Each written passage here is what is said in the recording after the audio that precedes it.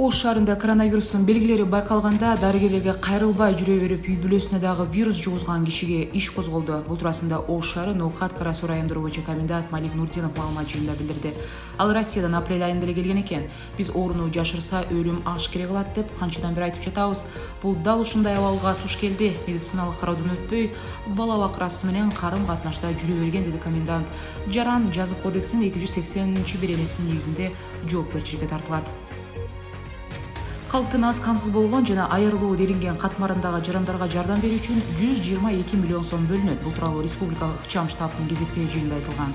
Бир үй бүлөгө 800 сомдук азык-түлүк топтоо даярдалат. Учурда аларды жеткирүү маселеси каралууда. Мен жарандарды обочолонуу эрежелерин жана кыймылды чектөө талаптарын сактоого чакырам, деди биринчи вице-премьер-министр Кубатбек Буронов.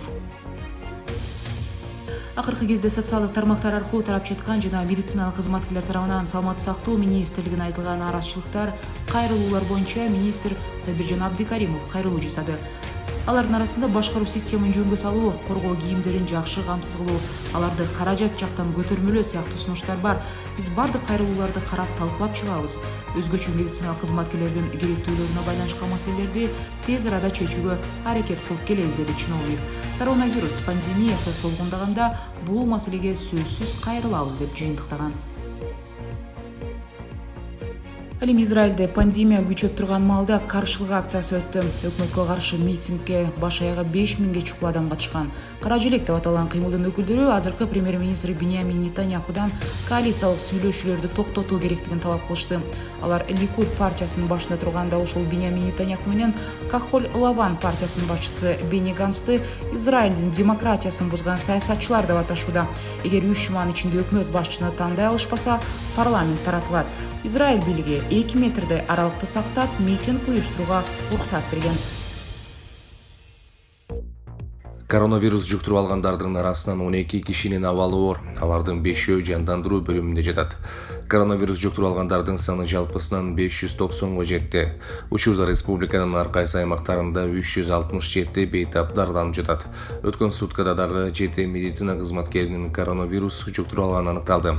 Ал эми бүгүнкү күндө 6 дарыгер айыгып кайра кызмат ордуна кайтып келди. Мындан сырткары 5 орто медицина кызматкери жана 2 башка кызматкерлер ооруну жеңип чыккан. Туркиядан келген кыргызстандыктардын анализи таза чыккандан кийин үй карантинине чыгарылганы маалым болду. Мекендиштер Туркиядан алып келинери менен Ак Кеме мейманканасына жеткирилген. Ошол жерден эле бардыгына лабораториялык тесттелөө жүргүзүлгөн. Анализдердин жыйынтыгы таза чыккандан кийин телефондорун атайын тиркемелерди көчүрүп берип, анкета толтуртуп, үйүндө шарты барларды атайын автоунаалар жеткирген. 7 апрелде Стамбулдан Бишкекке чартырдык каттам менен 212 кыргызстандык алып келинген болчу. Ал эми 21 апрелге карата Казакстанда коронавирус инфекциясын жуктурган 97 жаңы жагдай катталды. Бүгүнкү күндө Казакстанда COVID-19 илдетин жуктуруу боюнча жалпы сан 1944 учур деп катталууда. Анын ичинде көпчүлүгү Алматы, Нур Султан, Кызыл Ордо менен Карагандада көбүрөөк. Буга чейин COVID-19 илдетин жуктуруунун жогорку чегинен өтө электигин Казакстан президенти Касым-Жомарт Токаев Твиттердеги баракчасына жазган. АКШнын чалгындоо кызматы Түндүк Кореянын лидери Ким Чен Ындын ден соолугунун абалы кандай экенин текшерүүдө. Бул тууралуу чет элдик маалымат каражаттары жазышууда. Пхеньяндын башчысы Ким Чен Ын бир нече күндөн бери расмий иш-чараларга катыша электигин жана чоң атасы Ким Ир Сендин туулган күнүнө арналган эскерүү зыйнатына келбеген айтылган. Лидердин жоктугун байкаган жалпыга маалымдоо каражаттары анын абалы башынан өткөргөн операциядан кийин начарлап кетиши мүмкүн деп болжошууда.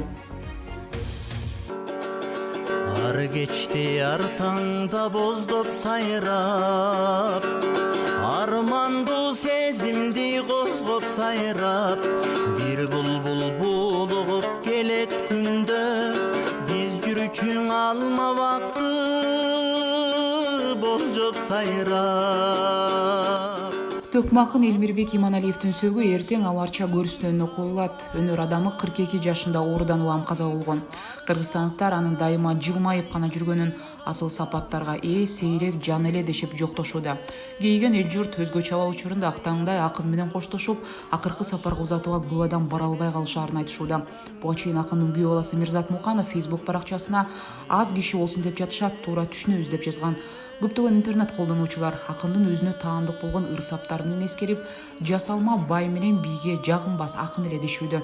Элмирбек Иманалиев мамлекеттик башкарууда кемчиликтерди тартынбай сындаган да жайы бар.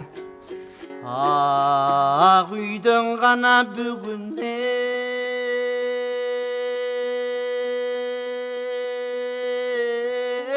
пайда жок.